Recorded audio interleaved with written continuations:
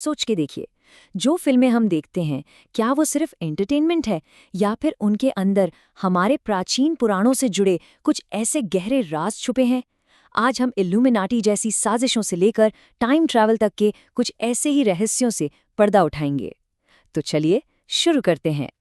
हमारा पसंदीदा कार्टून हो या कोई ब्लॉकबस्टर फिल्म, कभी ऐसा लगा है कि वो सिर्फ एक कहानी नहीं है, बल्कि उसके पीछे एक बहुत ही गहरा, एक हिडन मैसेज हो सकता है? बस यही सवाल है जो आज की हमारी इस पूरी चर्चा का सेंटर पॉइंट है। तो सबसे पहले चलते हैं सीक्रेट सोसाइटीज की दुनिया में। इल्यूमिनाटी जैसे नाम तो सुने ही होंगे, पर शायद ये जानकर हैरानी हो कि इनकी जड़ें, इनके कॉन्सेप्ट्स हमारे प्राचीन शास्त्रों तक जा सकती हैं। देखिए, वेस्ट में जिसे सेटन या डीमन कहते हैं ना, उसकी कॉन्सेप्ट हमारे हिंदू शास्त्रों से काफी मिलती जुलती है। हमारे ग्रंथों में 14 लोकों का जिक्र है, राइट? तो इनमें से जो नीचे के लोक हैं, जैसे अतल, वितल, पाताल, वहाँ असुर, दानव और दैत्य रहते हैं। मतलब वो एक तरह से अंडरवर्ल्ड के रूलर्स हैं। कितना सरप्राइजिंग पैरेलल है ना? अच्छा, तो सवाल उठता है कि इन शक्तियों का, इन एंटिटीज का एजेंडा क्या है? माना यह जाता है कि इनका असली मकसद है इंसानों से एनर्जी हासिल करना। इतनी एनर्जी कि वो एक दिन डिवाइन पावर्स को, मतलब देवताओं को, चैलेंज कर सके। सोच के देखिए, ये एक कॉस्मिक आर्मी बनाने जैसा है। और उस आर्मी का फ्यूल वो हम हैं, हमारी एनर्जी। तो ये एनर्जी आखिर कलेक्ट कैसे की जाती है? इसका एक 4 स्टेप प्रोसेस बताया जाता है। स्टेप 1, सिजिल नाम के खास सिंबल्स बनाए जाते हैं। फिर स्टेप 2, इन्हें मीडिया में, मतलब फिल्मों और गानों में डाल दिया जाता है। अब आता है स्टेप 3, जो सबसे इम्पॉर्टेंट है। जब हम लोग इन्हें देखते हैं और हमारे अंदर स्ट्रॉन्ग इमोशंस जागते हैं, जैसे डर, गुस्सा या कंट्रोवर्सी, तो यही इमोशंस उन सिंबल्स को पावर देते हैं। और जितनी ज्यादा चर्चा, उतनी ज्यादा एनर्जी उन्हें मिलती है। सिंपल। लेकिन ठहरिए, यहाँ एक बहुत बड़ा पैराडॉक्स है। अगर ये सब सोसाइटीज इतनी सीक्रेट हैं, तो वो अपने प्लान्स इतने ओपन में क्यों दिखा रही हैं? इसका जवाब कर्म के एक बहुत गहरे नियम में छुपा है। हाँ, ये एक बहुत बड़ा सवाल है। अगर सब कुछ सीक्रेट ही रखना है, तो फिर फिल्मों में, वेब सीरीज में, म्यूजिक वीडियोस में ये सब सीक्रेट एजेंडा क्यों डाला जा रहा है? क्या ये उनसे कोई गलती हो रही है, या इसके पीछे कोई सोची समझी चाल है? इसका जवाब मिलता है कार्मिक रिट्रीब्यूशन की थ्योरी में। देखिए, कर्म का एक यूनिवर्सल लॉ है। हर एक्शन का एक इक्वल एंड ऑपोजिट रिएक्शन होता है। तो माना जाता है कि अगर कोई अपने गलत इरादों को, अपने इल इंटेंशंस को पहले ही डिक्लेयर कर दे, तो उसके नेगेटिव कर्म का असर कम हो जाता है। इसको समझने का सबसे अच्छा तरीका है सिगरेट का पैकेट। उस पे साफ साफ वार्निंग लिखी होती है, कॉजेज कैंसर। फिर भी लोग पीते हैं। बिल्कुल वैसे ही वो लोग बता रहे हैं कि वो क्या कर रहे हैं। और जब हम उस कंटेंट को देखते हैं, कंज्यूम करते हैं, तो हम एक तरह से इनडायरेक्ट कंसेंट दे रहे होते हैं। मैसेज बिल्कुल क्लियर है, हमने तो बता दिया, अब आगे आपकी मर्जी।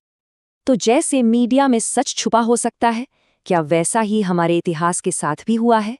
क्या हिस्ट्री के कुछ पन्ने, कुछ चैप्टर्स हमसे छुपाए गए हैं या खो गए हैं? चलिए अब बात करते हैं ऐसी ही कुछ खोई हुई दुनियाओं की, जिनका जिक्र हमारे ग्रंथों में मिलता है। चलिए, वाल्मीकि रामायण में जिस लंका का जिक्र है उसकी बात करते हैं। क्या वो वही श्रीलंका है जिसे हम आज जानते हैं? देखिए, रामायण के हिसाब से लंका भारत से 100 योजन यानी लगभग 1300 किलोमीटर दूर थी, जबकि आज का श्रीलंका सिर्फ 50 किलोमीटर दूर है।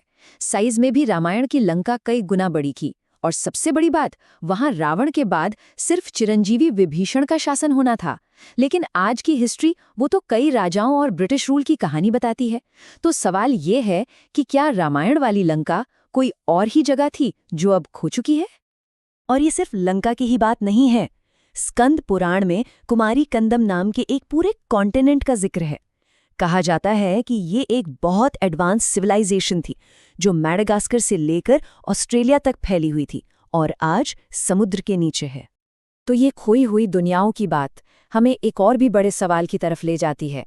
सवाल हमारे यूनिवर्स और टाइम के बारे में। क्या हमारा ब्रह्मांड और समय आखिर वैसा ही है जैसा हमें दिखता है, या रियलिटी की और भी लेयर्स हैं?